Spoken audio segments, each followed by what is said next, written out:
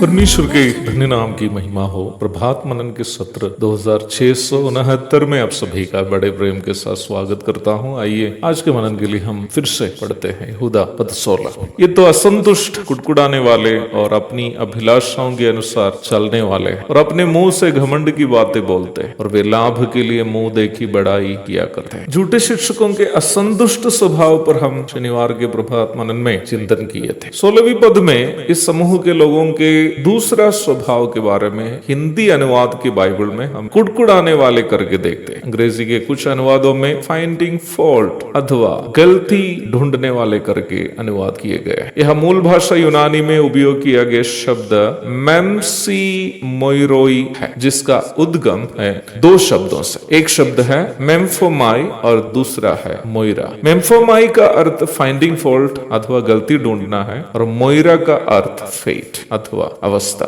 अपनी अवस्था या अपनी परिस्थिति के बारे में कुड़कुड़ाते रहना या शिकायत करते रहने का स्वभाव को ये सूचित करते हैं। इन बातें कहते समय आप एक बात को भूले नहीं कि यहूदा यह केवल झूठी शिक्षा सिखाने वालों को ही नहीं बल्कि वचन के अनुसार जीवन नहीं बिताने वाले कपटी सेवकों को भी झूठे शिक्षकों की सूची में जोड़ दिया है। यहूदा के अनुसार अपने जीवन के पराजयों के लिए दूसरों को कारण बताने वाले हैं इन झूठे शिक्षक। कभी भी वे स्वयं को जांचते नहीं, अपने की ओर ताकते नहीं, अपनी गलतियों को समझकर खुद को कभी भी सुधारते नहीं। ये लोग हमेशा अन्य सफल लोगों को देखकर कुड़कुड़ाते रहेंगे। हिंदी में इस प्रकार एक कहावत है, लोग अपने दुखों के कारण जितना दुखी रहते हैं उससे अधिक दूसरों की खुशी देखकर दुखी रहते हैं। कुड़कुड़ाने वाले झूठे शिक्षकों के संबंध में मुझे लगता है ये कहावत बिल्कुल सटीक एक कहावत है। इन झूठे शिक्षकों की जो कुड़कुड़ाते रहते हैं सोच यह है कि अपनी असफलता का कारण दूसरों की सफलता है। मेरे बारे में नियमित रूप में फालतू बातें कहते रहने वाला एक प्रचारक साहब को उसके घर में जाकर मिलने के लिए मैंने एक बार निर्णय लिया। एक शनिवार के दिन था। मैंने मेरी पत्नी और बच्चों को भी लेकर 3-4 घंटे ड्राइव करके उसके घर पहुंचे। दोपहर का खाना हम सभी मिलकर खाए। उसके बाद हम सब जब बैठ रहे थे मैंने उनसे पूछा, भाई साहब हम दोनों के बीच में कभी कोई झगड़ा हुआ? नहीं, उन्होंने जवाब दिया। क्या आपके पास कोई प्रमाण है कि मैंने कभी आपके खिलाफ कुछ किया है? नहीं, उन्होंने फिर जवाब दिया। तब मैंने पूछा कि फिर अन्य लोगों से मैं ये क्यों सुन रहा कि आप मेरे बारे में कुछ बुराई या बोलते रहते हैं? सब अफवाह। उनका जवाब यह था। जब उन्होंने कहा कि हम दोनों में कोई झगड़ा है ही नहीं, वो खुद बोल रहा है कि जो सुनाई दे रहा है सब अफवाह है, मैंने सोचा कि अब प्रार्थना करके निकलें। उसके बावजूद भी मैंने उनसे कहा कि आपने कह दिया कि हम दोनों के बीच में कोई झगड़ा नहीं है, यदि जाने अनजाने मुझसे कोई गलती हुई भी हो मैं उसके लिए भी आपसे माफी चाहता हूँ।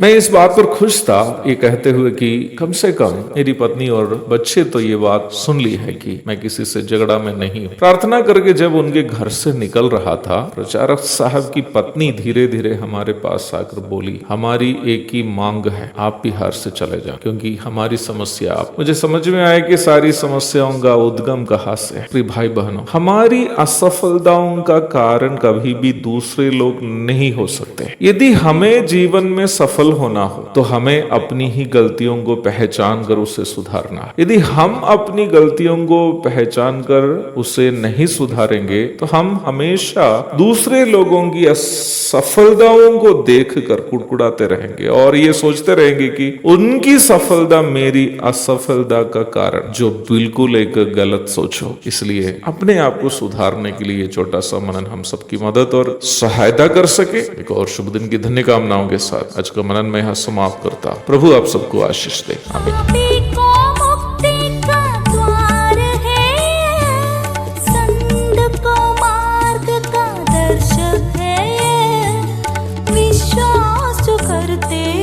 उसके लिए अनंत जीवन का साधन है ये है वचन, प्यारा वचन, यीशु मसीह का प्यारा वचन।